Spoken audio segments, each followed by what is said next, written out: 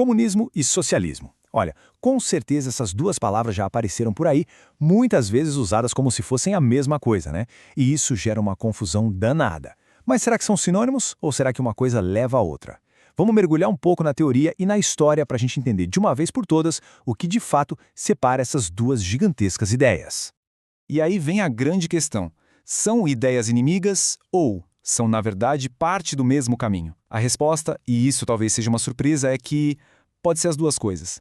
Tudo depende do ponto de vista, da lente que a gente usa para olhar. Então vamos começar pela visão original, a mais clássica de todas. Para Karl Marx, que é considerado o pai dessa história toda, a resposta era bem clara. O socialismo não era o objetivo final, era só a ponte. Uma fase de transição que seria absolutamente necessária para levar a sociedade do capitalismo até o verdadeiro destino, o comunismo.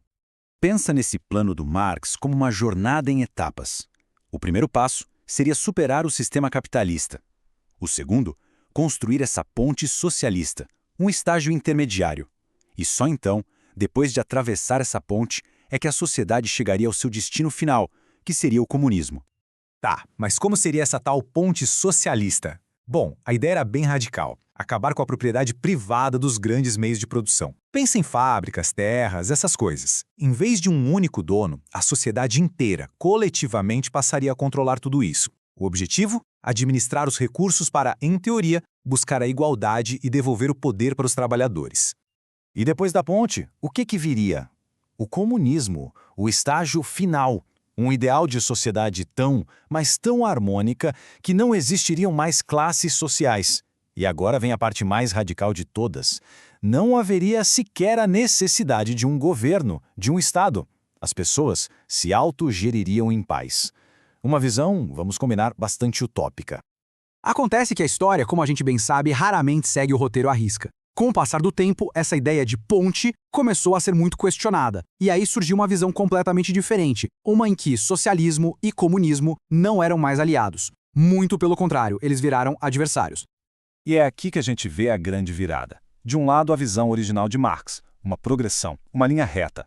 Do outro, uma nova visão que separou completamente os caminhos. De um lado, um socialismo que acreditava na mudança através da democracia.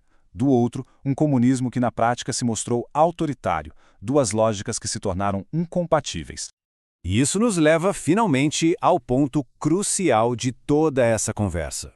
Porque veja bem, uma coisa é a teoria, o que está nos livros, o ideal.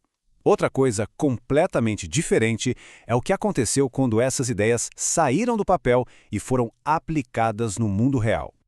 Então, vamos lá. A pergunta de $1 milhão.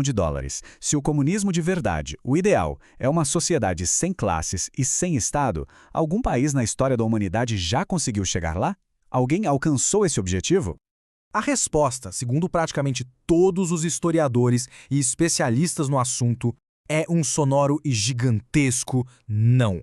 Aquele estágio final, a utopia de Marx, nunca, jamais existiu em lugar nenhum do planeta. O debate é tão quente que, como aponta o sociólogo Marcelo Riente, muitos críticos, e aquele inclui gente da própria esquerda, argumentam que países como Cuba e China nem deveriam ser chamados de socialistas. Por quê? Porque eles fizeram exatamente o contrário do que a teoria original pregava. Em vez de diminuir o Estado até ele desaparecer, eles criaram máquinas estatais gigantescas e supercentralizadoras. Esse quadro aqui mostra bem o tamanho do abismo. A teoria prometia uma sociedade sem Estado. A realidade entregou um Estado gigantesco e todo-poderoso. A teoria prometia o poder nas mãos dos trabalhadores. A realidade concentrou o poder num único partido político. A promessa era de uma sociedade livre sem classes. O resultado, em muitos casos, foi ditadura e perseguição. O exato oposto do que estava no papel.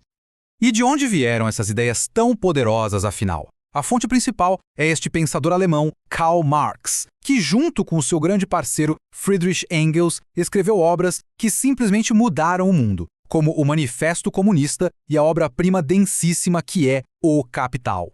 Então, como deu para perceber, não existe uma resposta simples para essa pergunta. A diferença entre socialismo e comunismo muda totalmente dependendo se a gente está falando da teoria do ideal ou da sua aplicação prática, que se provou tão complexa e, muitas vezes, trágica. E isso tudo nos leva a uma última pergunta. Fica aqui a reflexão. Se o comunismo ideal nunca foi alcançado e as tentativas de implementá-lo no mundo real tiveram tantos problemas gravíssimos, Por que essas ideias continuam tão vivas? Por que até hoje elas incendeiam debates e dividem opiniões de uma forma tão passional? Talvez a força dessas ideias não esteja tanto no que elas foram na prática, mas sim no que elas prometiam ser. Uma pergunta que com certeza continua em aberto.